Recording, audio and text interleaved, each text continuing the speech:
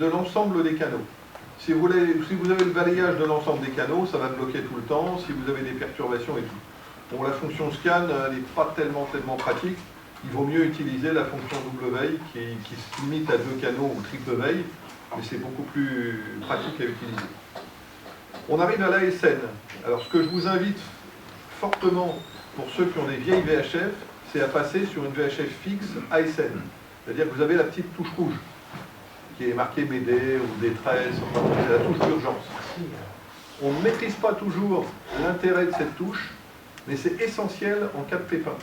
Si vous avez une voie d'eau, si vous avez un incendie à bord, enfin un gros pépin, vous avez juste à lever le petit cache, vous appuyez pendant 5 secondes sur la touche ASN, sans rien faire de plus, le cross va sonner, les bateaux auront l'info par la suite, mais ça veut dire que le cross va savoir que votre bateau, si vous êtes raccordé au GPS, alors il y a un branchement à faire sur le GPS si vous n'avez pas de VHF avec l'antenne GPS ou le module GPS intégré. Mais si c'est bien raccordé, le cross connaîtra automatiquement l'identité de votre bateau et votre position à quelques dizaines de mètres près. Et tu peux déterminer même l'avarie aussi. Oui, je vais y venir après. Mais bon, pour la plupart, ils vont pas jouer dans le bowling. Mais c'est très important, et pour l'efficacité des secours, pour la SNSM et le cross, c'est essentiel. En quelques secondes, ils savent où vous vous trouvez, et ils savent quels sont les moyens les plus proches qui pourront intervenir. Eux, ils vont relayer l'appel sur le 16, ils vont éventuellement déclencher un ASN aussi, donc vous allez avoir votre VHF qui va sonner, vous allez avoir un petit message qui va s'afficher en défilant en dessous. Ensuite, vous passez sur le 16, soit votre VHF repasse sur le 16 automatiquement, soit vous-même vous faites la manip, et vous allez entendre en phonie, c'est-à-dire à la voix, le message d'urgence qui est relayé par le cross, Jobourg ou Griné, suivant le cas. Jobourg, c'est jusqu'à Antifer, c'est de Cherbourg à Antifer, et au-delà, c'est Griné. Et vous allez avoir l'info, et Jobourg ou Griné vous demanderont, si vous êtes proche du problème, de vous signaler et de vous rendre sur zone. Ce qui est logique, il y a une entraide évidente à avoir dans ce cas-là. Mais côté efficacité des secours, c'est capital, c'est essentiel d'avoir la SN. Donc si vous avez des vieilles VHF, moi je vous conseille d'abandonner la vieille VHF et de passer sur une avec le système ASN, une VHF fixe. Surtout pour les pêches promenades. Pour les voiliers, c'est peut-être un peu plus difficile parce qu'il y a des problèmes d'autonomie de batterie. Donc souvent ils ont des problèmes d'autonomie. Mais c'est quand même très pratique, surtout s'ils font du hauturier, s'ils vont assez loin, en sachant que la VHF, au-delà de la zone internationale, enfin nationale plutôt, dès qu'on dépasse les 6 ou 12 000, la VHF ne sera pas toujours très bien. La SN, c'est en fonction de la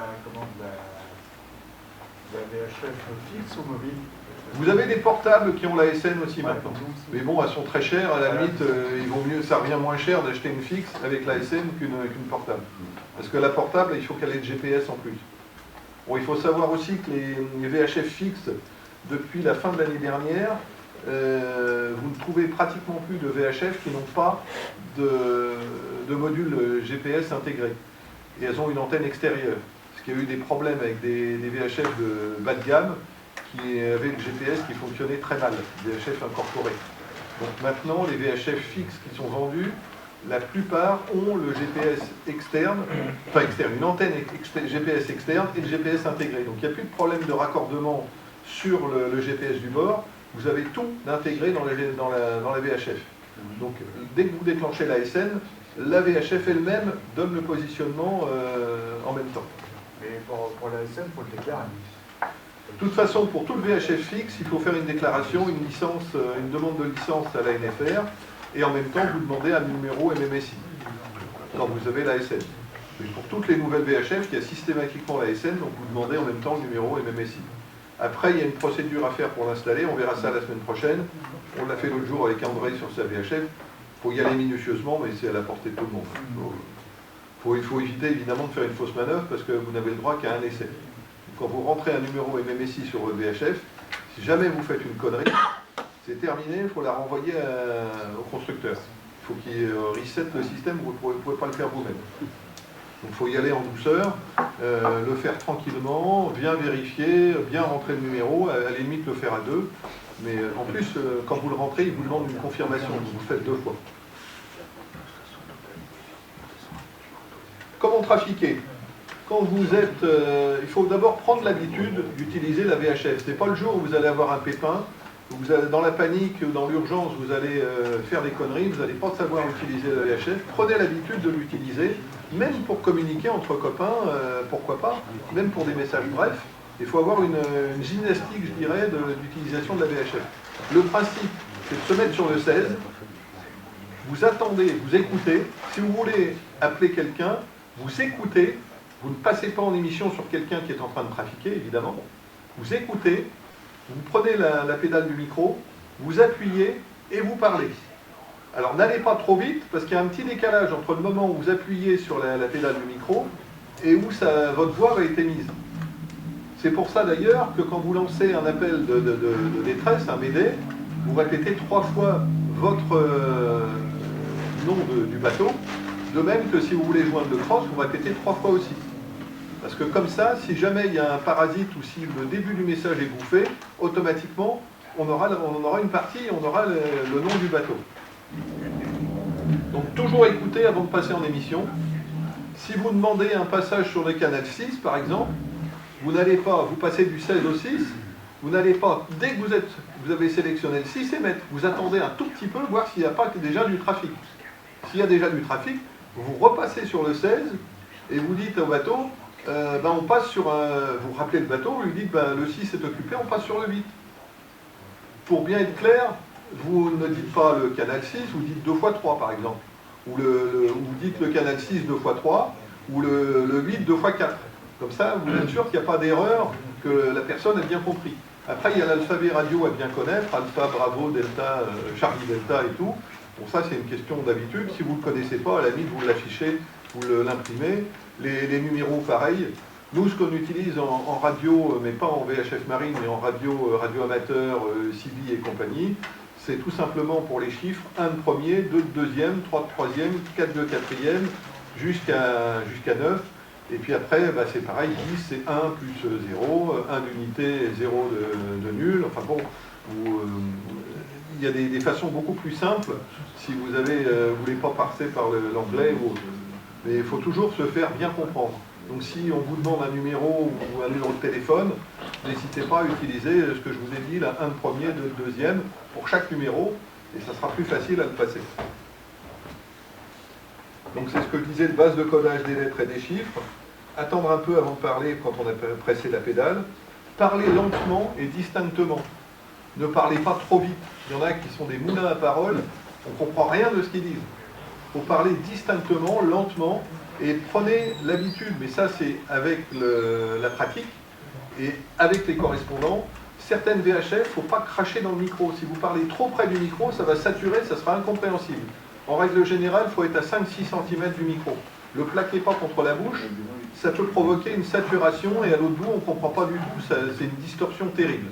Donc ça, c'est une question d'habitude et de pratique.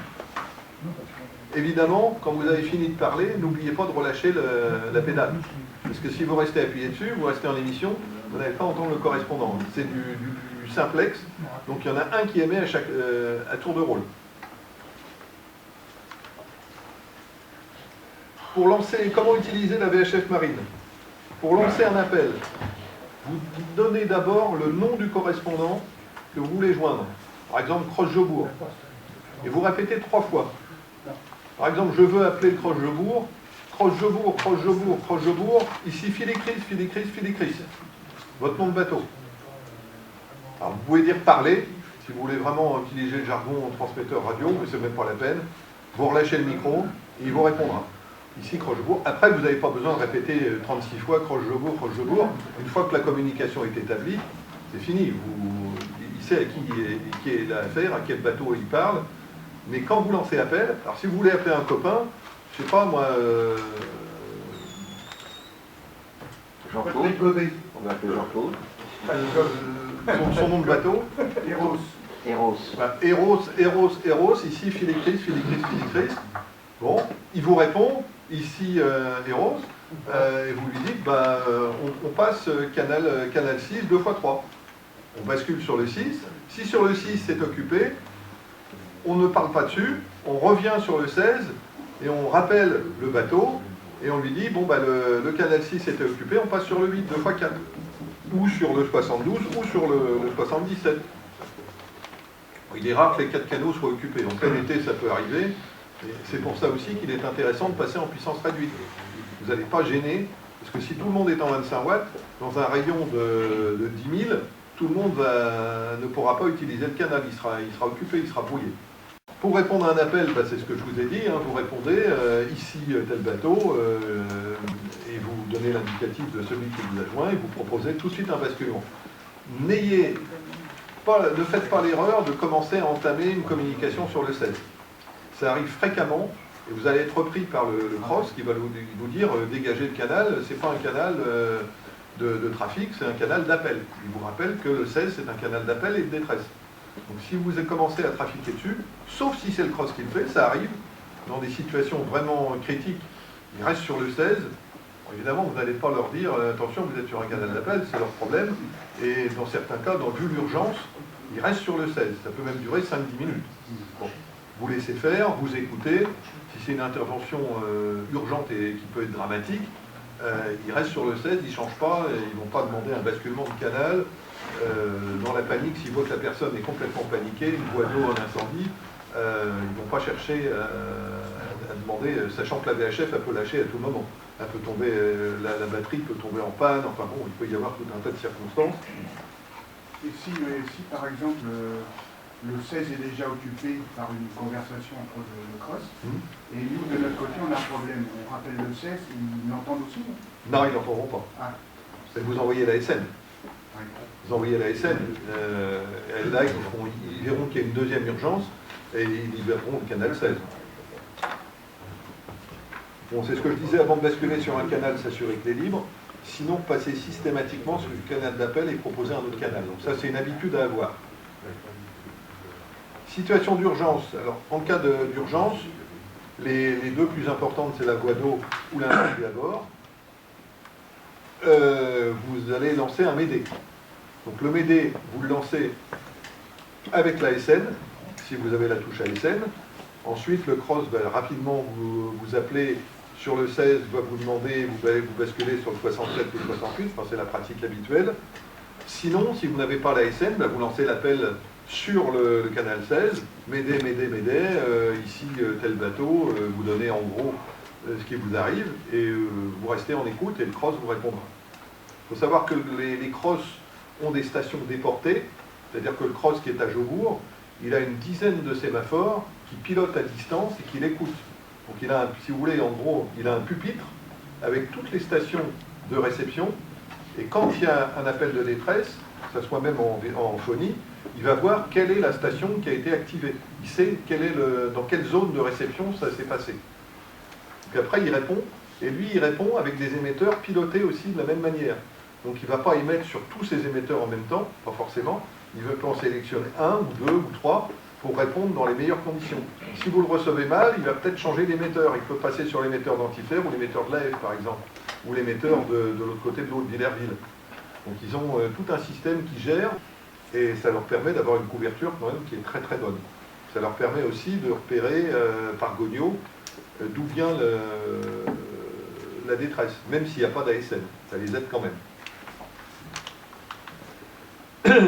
Avec l'ASN, comme disait Jean-Claude tout à l'heure, pour ceux qui maîtrisent bien, je dirais, la VHF, quand vous lancez un ASN avec la touche rouge, la touche détresse, vous pouvez aussi préciser la nature de la détresse. Vous avez dans votre programme, dans votre menu de VHF, la possibilité de sélectionner. En pratique, moi j'y crois pas trop, parce que dans l'urgence, vous n'allez pas commencer à jouer dans le menu en disant ah ben là il faut que je trouve incendie, il faut que je trouve bois d'eau. Dans la panique, vous appuyez, vous ne cherchez pas à faire dans le détail. Mais vous avez la possibilité, pour le cross, de le renseigner avec la SN, de lui indiquer la nature de la détresse. Si vous voulez le faire, habituez-vous à le faire. Regardez dans le programme, dans les menus, regardez comment vous y accédez rapidement, et le jour où vous en avez besoin, vous savez le faire. Quand Donc oui, c'est ce que je disais, possibilité d'indiquer la nature de la détresse, qui joindre. Bon, bah, c'est comme je vous l'ai dit tout à l'heure, c'est Jobourg ou Griné, en ce qui me concerne. Jobourg, entre Cherbourg et Antifère, et au-delà d'Antifère, c'est Griné. Donc automatiquement, eux, ils vous répondront, ils sauront que vous êtes dans la zone. Si vous êtes entre les deux, bon, il y en a un des deux qui répondra, éventuellement, il vous fera basculer. Bien sûr, vous précisez la nature de l'urgence. Alors, en principe, si quelqu'un, par exemple, fait un malaise, même un malaise cardiaque et autres, c'est pas considéré comme un MEDE. Bon, c'est assez curieux, c'est considéré comme un pan-pan. C'est-à-dire, parce que vous avez deux niveaux d'urgence, vous avez le MEDE et le pan-pan. C'est le cœur qui en prend. Mais bon, si c'est un problème de santé grave, quelqu'un qui est blessé et autres, n'hésitez pas, faites le MEDE quand même. Et les crosses ne vous en voudront pas, au contraire, ils vous enverront les secours aussi de la même manière. Donc ça, c'est côté réglementaire, c'est un peu limite. Moi, je vous invite à utiliser la touche MEDE. Bon, ne la faites pas non plus pour n'importe quoi. Si c'est une petite connerie, c'est pas la peine. Mais si vraiment vous êtes en détresse, alors ça vous concerne vous. Si vous voyez un autre bateau en difficulté, c'est pas à vous de lancer la SN. Vous allez éventuellement voir ce qui se passe, vous appelez sur le 16, le cross, mais vous ne déclenchez pas, c'est pas vous qui êtes concerné, c'est pas votre bateau qui est en détresse. Donc la SN, ça concerne votre bateau, votre VHF, c'est les problèmes de votre bord. Vous êtes chef de bord, vous êtes commandant de bord de votre bateau, vous prenez vos responsabilités. Par contre, évidemment, si vous voyez une fusée de détresse ou un feu à main, nous ça nous est arrivé il y a 3-4 ans, on se rend sur place. On appelle le cross éventuellement, vous appelez sur le 16, ici tel bateau, je viens d'apercevoir des fusées ou un déclenchement, je me rends sur place, je vous tiens au courant. Et puis vous y allez, et vous rappelez sur le 16, puis vous pouvez basculer 67-68, et puis vous lui expliquez ce qui se passe. Mais ne déclenchez pas la SN pour rien. Parce qu'il faut savoir qu'ensuite, ça fait sonner les autres bateaux autour. Donc vous déclenchez des secours. Si vous envoie l'hélico ou une vedette SNSM, pour rien, ils ne vont pas apprécier. Quand vous avez la réception d'un appel à SN, justement, votre VHF, elle sonnera. Elle va biper. Alors ça dépend des VHF, vous en avez, c'est une alerte très bruyante, là vous ne pouvez pas la louper. Soit vous appuyez sur le 16 pour l'arrêter, vous avez des fois des commandes pour l'arrêter, mais en général en basculant sur la touche prioritaire 16, ça va arrêter la sonnerie. Et vous allez avoir le message qui défile, qui va vous indiquer la nature de l'appel. Qu'est-ce qui se passe? Vous lisez le message, qui va rester en mémoire. D'ailleurs, de temps en temps, il faut vider les mémoires de votre VHF, parce que vous avez tous les messages détresse de l'été, par exemple, qui vont rester en mémoire. Donc au bout d'un moment, le plus simple, c'est de les virer. Vous lisez le message texte, et ensuite vous basculez sur le 16, puisque automatiquement, enfin systématiquement, le cross va passer un message en phonie, complémentaire du déclenchement ASN. Donc ne restez pas bloqué sur le message ASN, certaines VHF ne basculent pas automatiquement, donc le mieux c'est d'utiliser la touche prioritaire et de repasser sur le 16 aussitôt, après avoir lu le message, et vous allez entendre la nature de la détresse et où ça se trouve. Bon, en pratique, moi je vous invite à vous habituer à utiliser la VHF. C'est-à-dire, ne pensez pas que c'est un appareil qui ne sert qu'à la détresse, prenez l'habitude de l'utiliser, le jour où vous en aurez besoin, ça vous sera très pratique. Parce que c'est pas le jour où vous allez avoir une détresse ou un problème quelconque, l'encre qui est bloquée ou n'importe quoi, que vous allez découvrir comment fonctionne la VHF. Prenez l'habitude de l'utiliser, trafiquez avec les copains du club, quand vous êtes à 2 bateaux, quand vous savez qu'il y en a un qui est sorti, vous l'appelez sur le 16, vous basculez sur un autre canal, vous lui demandez où il se trouve, s'il est en pêche, ce que ça donne, enfin bon, vous discutez de choses et d'autres, liées à la mer, et puis vous ne restez pas trop longtemps, vous ne monopolisez pas le canal. Si vous pouvez, vous mettez sur 1 watt, sinon vous restez sur 25. Et ensuite, n'oubliez pas, une fois que vous avez fini une communication, repassez sur le 16. Souvent, ça m'arrive aussi, bêtement, on reste sur le 6 ou sur le 8. On oublie de repasser sur le 16. Donc c'est pareil, c'est une gymnastique à avoir. Vous communiquez, vous avez établi une communication. D'ailleurs, vous pouvez le dire au copain, comme ça, lui, il y pense, il dit, bah oui, moi aussi. Vous dites, je repasse, je rebascule canal 16. Ou je reprends la veille du canal 16. Après, vous pouvez rappeler, 10 minutes après, le même gars, il sait que vous êtes sur le 16, et lui, il sera repassé sur le 16, pour repasser sur le canal de dégagement.